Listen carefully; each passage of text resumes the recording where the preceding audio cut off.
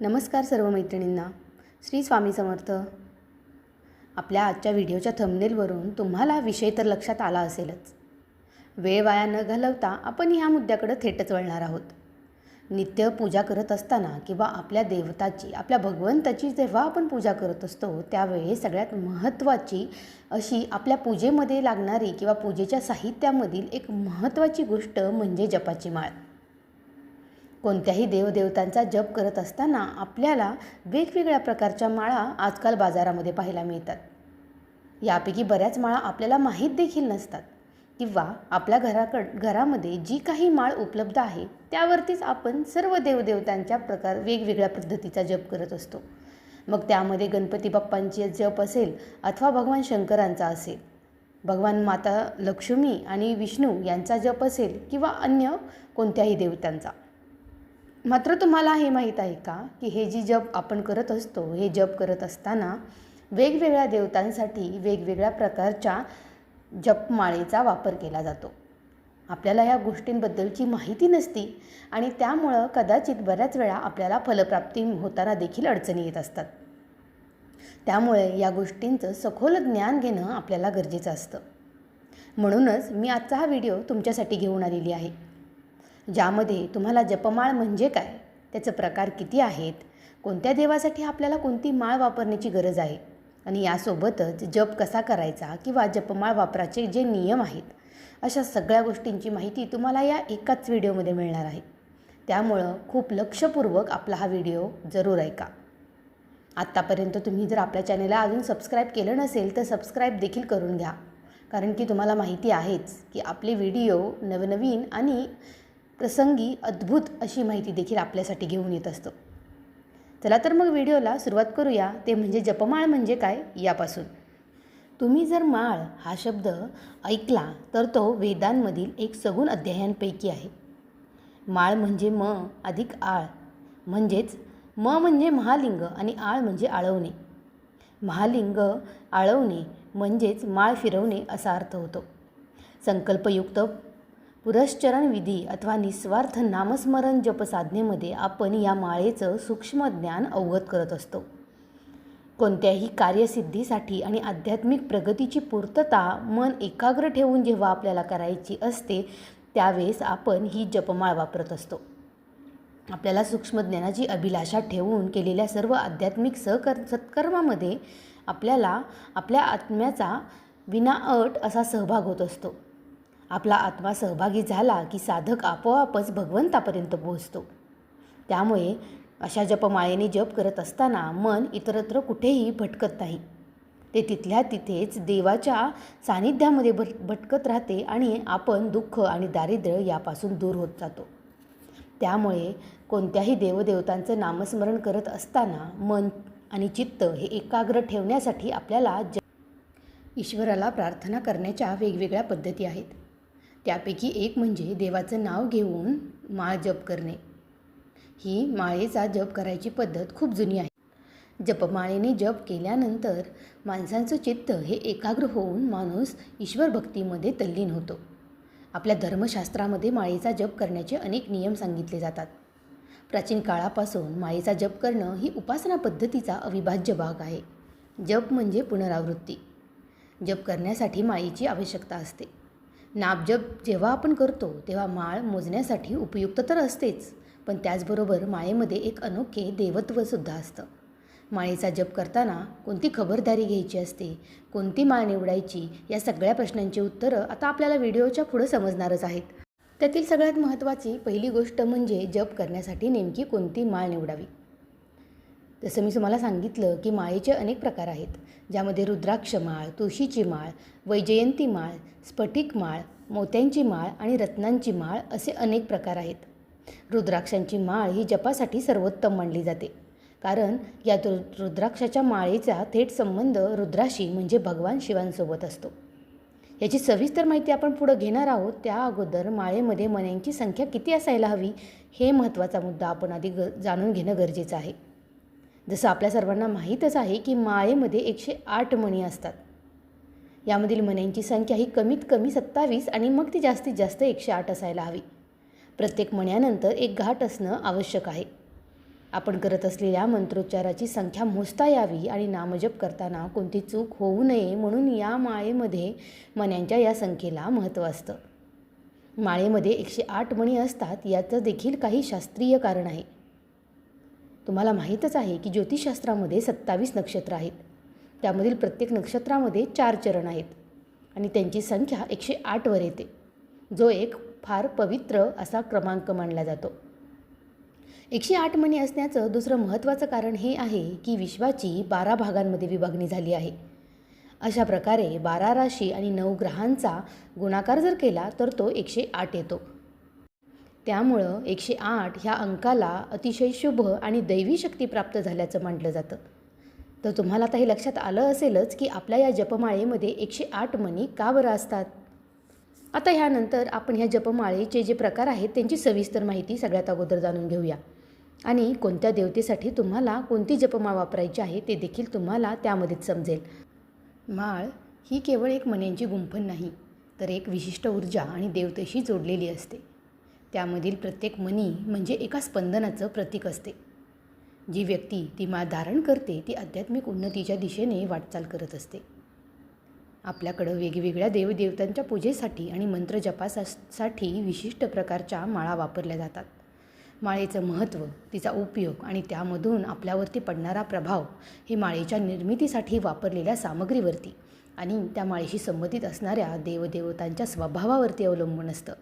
त्यामुळं कोणतीही माळ धारण करताना आणि जप करताना त्या देवीचा आणि देवतांचा संबंधित अशा जपमाळेनेच तो जप करणं जास्त फलदायी ठरत असतं. जपमाळेमधील पहिली माळ येते ती म्हणजे रुद्राक्षांची माळ. रुद्राक्षाचा वापर हा भगवान शिव आणि हनुमानजींना प्रसन्न करण्यासाठी केला जातो. रुद्राक्ष हा विशेषतः भगवान शिव यांना समर्पित आहे आणि बजरंगबली हनुमान हे शंभू शंकराचे अवतार मानले जातात. म्हणूनच रुद्राक्ष धारण करताना शिवमंत्र ओम नमः शिवाय किंवा हनुमान मंत्र ओम हनुमंते नमः याचा जप करायला हवा. ही माळ मानसिक शांती, आध्यात्मिक उन्नती आणि नकारात्मक ऊर्जेपासून संरक्षणासाठी सर्वोत्तम मानली गेली आहे. त्यानंतर आहे ती म्हणजे तुळशीची माळ. भगवान विष्णू, श्रीकृष्ण आणि श्रीराम यांना समर्पित अशी ही माळ आहे. ही माळ धारण करताना किंवा वापरताना ओम नमो भगवते वासुदेवाय किंवा ओम कृष्णाय नमः किंवा ओम श्री रामाय नमः या मंत्राचा जप करायचा असतो. तुळशीची माळ शुद्धता, भक्ती आणि विष्णूची कृपा प्राप्त करण्यासाठी परिधान केली जाते. त्यानंतर आहे ती म्हणजे चंदनाची माळ. भगवान विष्णू, माता लक्ष्मी आणि शांत प्रकृतीच्या देवतांसाठी ही माळ वापरली जाते. चंदनाची माळ आपण भगवान विष्णूंसाठी ओम नमो नारायणाय आणि माता लक्ष्मीसाठी ओम श्री महालक्ष्मी नमः या मंत्राच्या जपासाठी वापरतो. चंदनाची माळ ही मानसिक शांतता, सौभाग्य आणि आध्यात्मिक जागृतीसाठी अतिशय उपयुक्त आहे. यानंतर असते ती म्हणजे स्फटिक माळ. स्फटिक माळ ही माता लक्ष्मी, माता सरस्वती आणि चंद्रदेवासाठी आहे.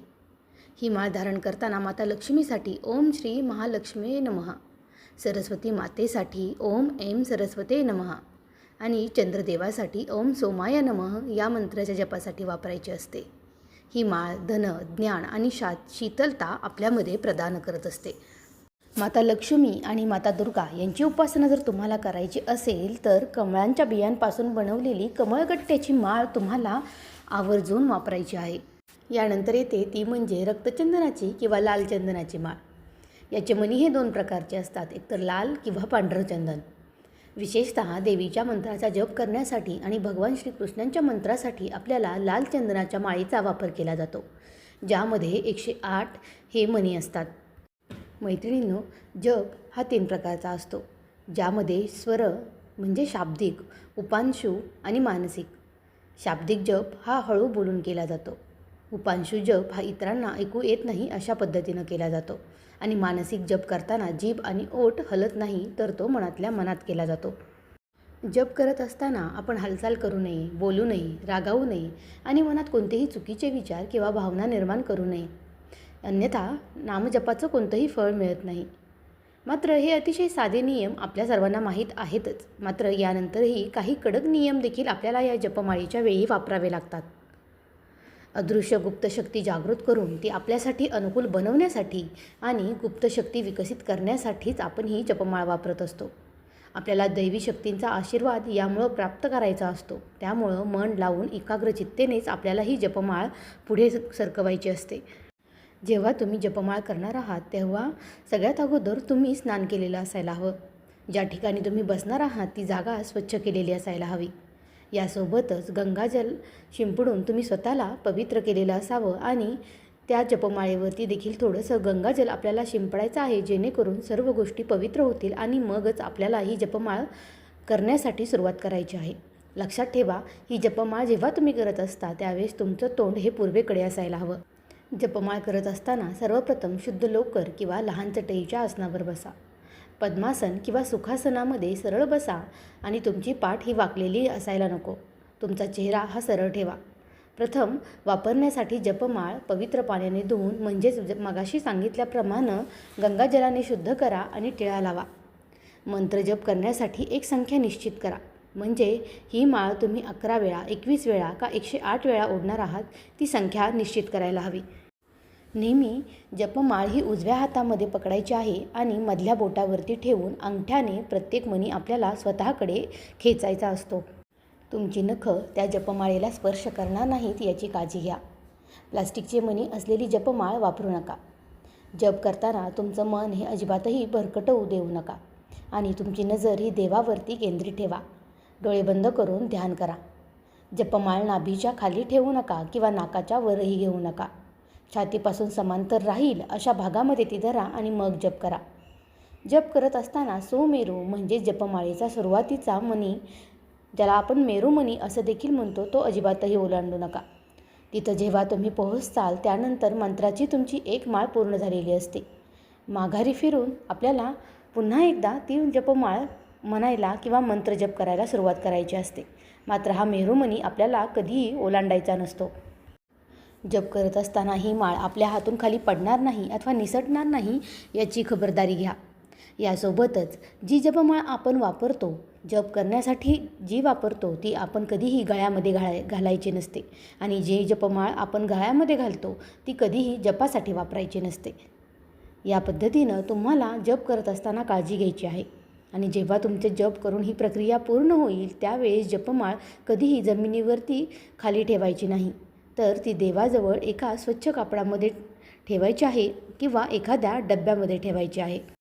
जपमाळेवरती जप केल्यानंतर कपाळाला लावून प्रथम डाव्या नेत्राला आणि नंतर उजव्या नेत्राला तिचा स्पर्श करायचा. डाव्या हाताने माळेला कधीही स्पर्श करू नका. नित्यजपाची माळ मनगटात किंवा गळ्यामध्ये धारण करू नका. माळेवरती जप करताना मण्यांचा आवाज देखील करू नका. जपाची माळ ही नेहमी पवित्र ठिकाणी हवी.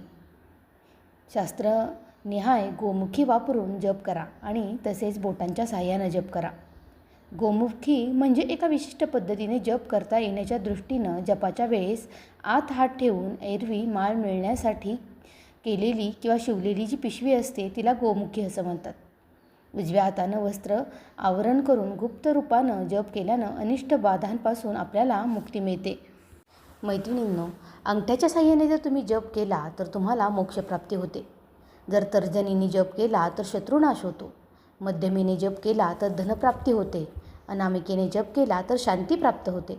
तर करंगळीने जप केला तर सुंदरता प्राप्ती होते. जपाची सुरुवात ही मेरुमण्यापासून करा आणि मात्र शेवटी मेरुमणी ओलांडून पुढं जाऊ नका. जप पुढे चालू ठेवायचा असेल तर उलट क्रमाने पुन्हा मेरुमणीकडून पुन्हा एकदा मेरुमणी येण्यापर्यंत जप करायचा. यामुळे आपली 108 वेळा जपाची प्रक्रिया पूर्ण होत असते. म्हणजेच जेव्हा तुम्ही एक माळ पूर्ण करता त्यावेळेस तुमचे 108 वेळा मंत्रोच्चार करून झालेला असणार आहे. मग अशा जर तुम्हाला 11 माळा करायच्या असतील, 21 करायच्या असतील अथवा 108 वेळा करायच्या असतील तर त्या संकल्पानुसार तुम्ही ही जपमाळ पुढे सुरू ठेवू शकता. मधल्या बोटाच्या पेरावरती मणी आणून त्यावर अंगठ्याने दाब देऊन मणी शरीराच्या दिशेने ओढणं, या प्रक्रियेमुळे विद्युत शक्तीची निर्मिती होते.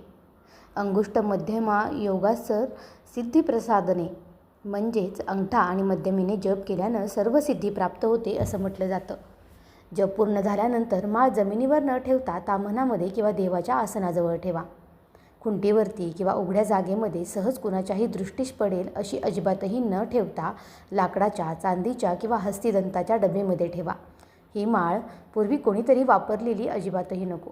तुमच्यासाठी तुम्ही नवीन माळ खरेदी करून त्याला तुम्ही षोडशोपचार पूजेने वापरासाठी तयार करू शकता.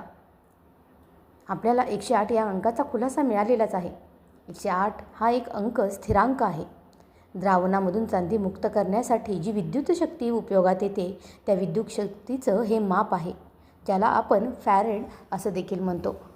सामान्यतः 24 तासामध्ये व्यक्ती 21,600 वेळा श्वास घेतो.